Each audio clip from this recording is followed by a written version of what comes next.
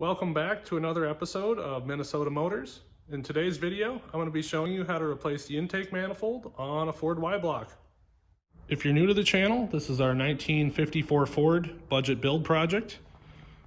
It's powered by a 239 Y-Block V8, and unfortunately ours has a cracked intake manifold. I did a video a couple years ago about replacing the intake manifold on a 460. But that one was a pretty big job, but luckily this looks like it's a lot easier. If you don't know anything about Y-Blocks, the 239 was the 1 year only engine. In 55, they went to the 272 and 292, and then later on the 312. So 239s are pretty unique. They have larger cam journals, larger cam bearings, a 13-tooth distributor gear versus the later 14-tooth, and a Tang style drive for the oil pump. And then I believe these heads are different, and there are smaller ports on this intake. So if you're looking to build a Y-Block, I would definitely look for a later one. Nobody really makes anything for these, so you're kind of out of luck. We're going to get started on taking this thing apart. We're going to have to drain the coolant down a little bit, and then probably take this radiator hose off, heater hose, a vacuum line here, carb and the fuel line, and our throttle linkage and the coil.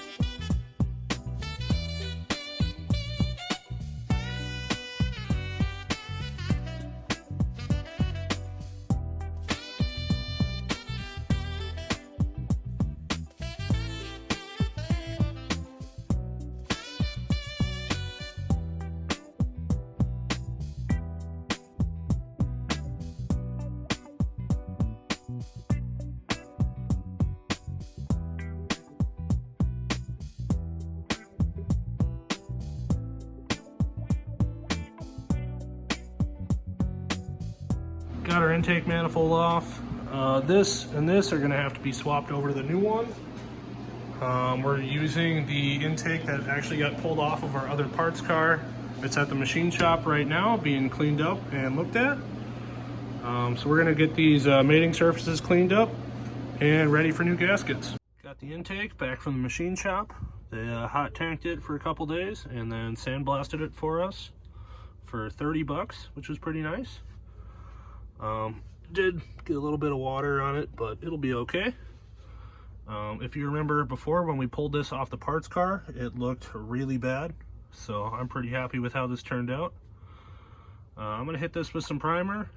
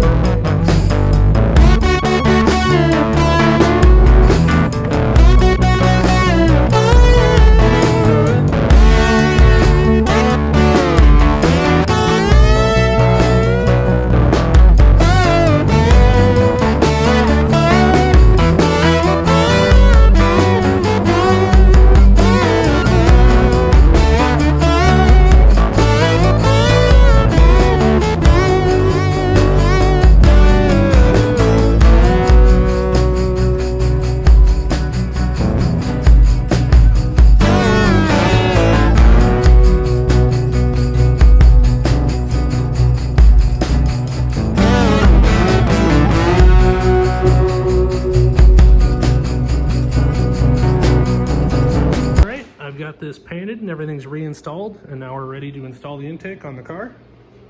We're using this Fel-Pro gasket set here, and this kit comes with intake manifold gaskets and exhaust manifold gaskets. I'm going to put a thin layer of RTV around these cooling ports here and here. And then we've got some Permatex spray a gasket sealant, which we're gonna spray on these to just kind of hold the gaskets in place. And then we'll put the manifold on. We're gonna slip the front in first, and then just gently set it down, and then put the bolts in and torque everything down.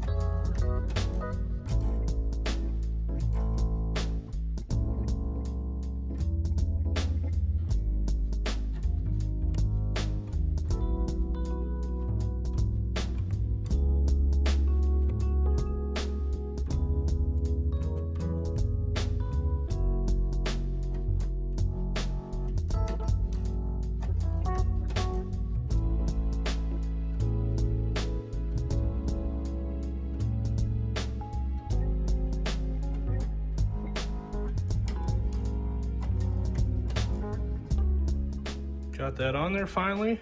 We were a little nervous with these bolts, but should be good now. I'm gonna go ahead and bolt the carburetor back on, hook up our throttle linkage, the vacuum line, fuel line, put our radiator hose on and our heater hose, the other vacuum line, and don't forget to tighten this hose clamp. So I'm gonna go ahead and do that, and we'll bring it back after that. Well, I think this turned out pretty good. We're gonna let that RTV dry for 24 hours and then fill this thing up with coolant and fire it up. All right, we've got the car filled up with coolant. We are ready to fire it up, and we're actually gonna break the engine in. If you haven't been following along with the other videos, this engine was supposedly rebuilt. So we're gonna fire it up, make sure it runs good, and then break it in. Here we go.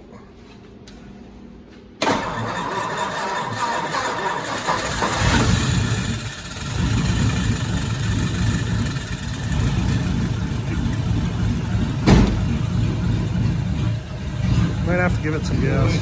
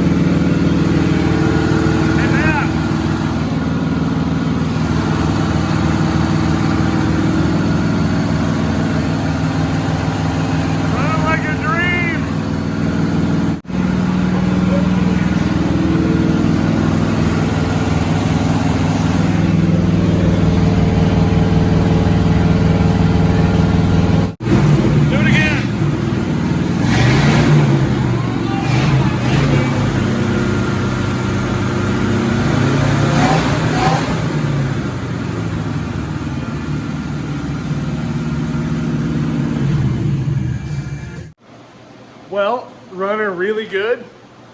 It's about midnight, and that's gonna do it for this episode. If you could hit the old subscribe button, that'd be great. Give us a like if you like these cars, and we'll see you in the next one. Thanks for watching.